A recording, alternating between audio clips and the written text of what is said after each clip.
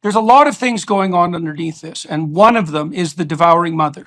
And one of the things that's interesting to me about that is that it does tie into the Freudian nightmare of the devouring mother, essentially, which was Freud's, I think, signal contribution to psychopathology. You know, for most of Freud's clients were people who were struggling to get out of the clutches of their family. Before we get into the devouring mother, I want to zoom out for a moment to give you a bit of context about the most essential, the most fundamental archetype of the negative feminine, the terrible mother. Erich Neumann, one of Jung's most brilliant students, wrote a book called The Great Mother, where he explores the feminine archetype and symbology in its totality. He describes the positive representations of the feminine as the Great Mother archetype and the negative representations as the terrible mother. Here's a quote from him. In the image of the terrible mother, we encounter the shadow side of the Great Mother archetype. She is not only the giver of life, but also the bringer of death, the one who takes back what she has given. The negative feminine is experienced as the force that constrains, paralyzes, and smothers. It is the aspect of the mother that binds and restricts, that holds the individual in a grip of dependency and helplessness. The terrible mother is the embodiment of the death instinct, the pull towards entropy and dissolution that opposes the creative and life-affirming forces of the psyche. That will to power, that life force, that libido, that drive to move forwards, and that instinct towards self-actualization and growth that we all possess, that's what the terrible mother undermines.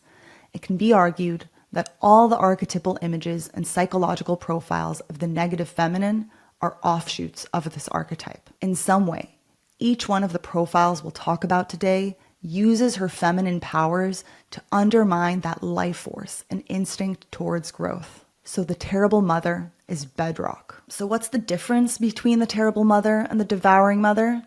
To simplify things, I want you to think of the terrible mother as the general category of negative feminine archetypal representations, and the devouring mother as a very prominent subset of that category. And for our purposes today, we are going to get into the practical, day-to-day manifestations of this cluster of behaviors and traits, this personality, if you will, called the devouring mother. So what is the devouring mother? The devouring mother is defined by an excess of the maternal instinct. This is a woman, most likely rather agreeable, and as a consequence, is too compassionate, too caring, overprotective, and lenient with her children. She enjoys her children depending on her, so much so that she doesn't allow them to develop their own sense of agency and ability. Because she's overly compassionate, she struggles to set and maintain boundaries, letting her children get away with very problematic behavior. Children of a devouring mother become dependent, weak, and ineffectual. Often they also become narcissistic, entitled, and tend towards instant gratification. When the mother has over-identified with the role of mother and has invested too much in being a mother, then it will be harder for her to let the child go. These types of mothers are terrified of their children growing up and leaving them. The Oedipal mother basically entices the child, says, look, here's the deal. You don't have to do anything, but you don't get to leave. This proclivity of the overprotective mother to destroy the developing integrity of the child, to keep the child infantile, to cling to that relationship instead of developing a life for herself and letting the child go flourish. So Peterson is saying the devouring mother is the archetype of the mother who destroys her children by over-mothering them and not allowing them to develop and become independent. It is unbridled and misplaced maternal instinct. That drive to care and empathize and soothe the distress of infants, that can become a problem when that maternal instinct possesses the woman to the extent that she keeps using that same infantilizing attitude, even when it is no longer developmentally appropriate. Now, what does it look like when the maternal instinct is functioning in an optimal manner? I think that most people, unless they've been severely traumatized by their own mother, can intuit that there is something essentially good about mothering. We all have a very immediate moral sense that a mother's loving, compassionate, caring nature is a good and important thing, that it's in some way crucial and essential for human flourishing. I mean, it's kept our species alive this far. And the way our mother loves us directly affects the models we create of ourselves, of others, and the world.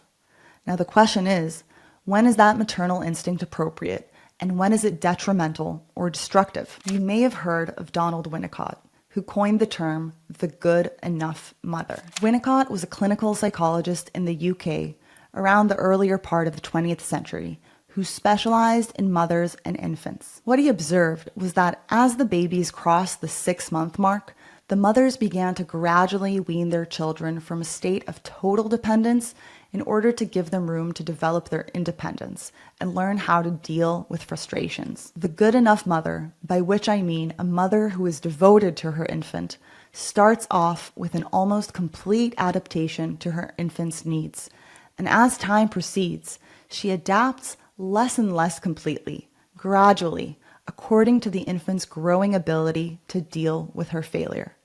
By this means, the infant can come to recognize the mother as a separate and independent entity and to develop a true self. A child needs that good enough mother, that balance between comfort and challenge to develop properly. Now, what I hope you've noticed is even something that's inherently good can turn sour and destructive if taken to excess. A mother who is only a mother who has no identity outside of being a mother who doesn't know how to handle her own neuroticism and her own anxiety and instead projects that onto the child and overprotects them. And she does that so she won't have to deal with the eternal dilemma that every mother faces, that you must give your children to the world and let them live their lives. This idea is symbolized by Michelangelo's Pieta so beautifully. In the same way that the Virgin Mary sacrifices her son to the world so that he may live out his purpose, us women must remember that our anxiety and our worry for our children is our own, and we must not allow that emotional pull under the guise of compassion and sweetness to undermine our children's development, exploration, and taking of risks, because that is the only way they will grow into everything they're meant to be. So to summarize, let's aim to be good enough mothers instead of devouring, neurotic helicopter moms. Fair? Now, Peterson makes another observation that the manifestation of the devouring mother pattern is not limited to the relationship between mother and child. Because what are we talking about here, really? We're talking about misplaced maternal instinct. And in today's world, we can see the devouring mother projected onto the professional and political world by women who perceive the world through a fundamentally maternal lens. I don't need to remind you guys of the woman who was gentle parenting that group of liberal women through the voting season. You don't need to be gentle parented through voting in politics. Now, don't get me wrong, that's in no way an argument against having women in business or in politics. But we want to keep our eyes open and really understand female psychology and where we misuse our virtues in a pathological way. In this case, our God-given maternal instinct in a place where that kind of attitude is problematic. There's a lot of things going on underneath this, and one of them is the devouring mother. Human infants are born in an incredibly underdeveloped state. Our brains are so big that in order for us to be born through a functional female pelvis, we had to be born in a fetal stage. That's why our heads are compressible. It's a compromise. Now, the cost that we pay for that is the unbelievable vulnerability of human infants. Okay, now the cost the mothers pay for that is that the neonate is so dependent that they need 100% care. Okay, so that means that the impetus of agreeableness, that personality trait, in combination with negative emotion, that's the two feminine personality traits, high negative emotion and high agreeableness. The purest expression of that is give the suffering infant what it needs right now, no matter what.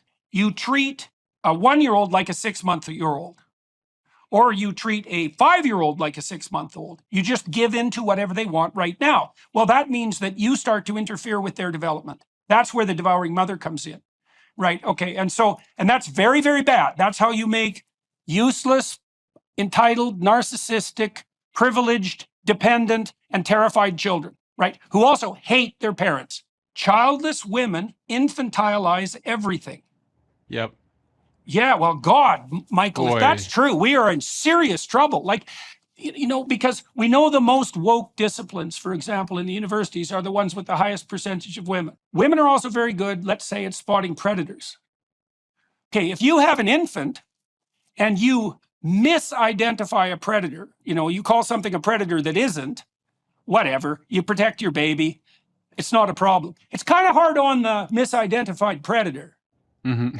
Right, and so part of that cluster B proclivity of the psychopathological woman to cry wolf continually and profit thereby is also a manifestation of that maternal instinct. It's right, you oppose me, you must be a predator. And if you're, this is the terrible thing about the devouring mother pathology is, if you're a predator, no punishment is too harsh for you.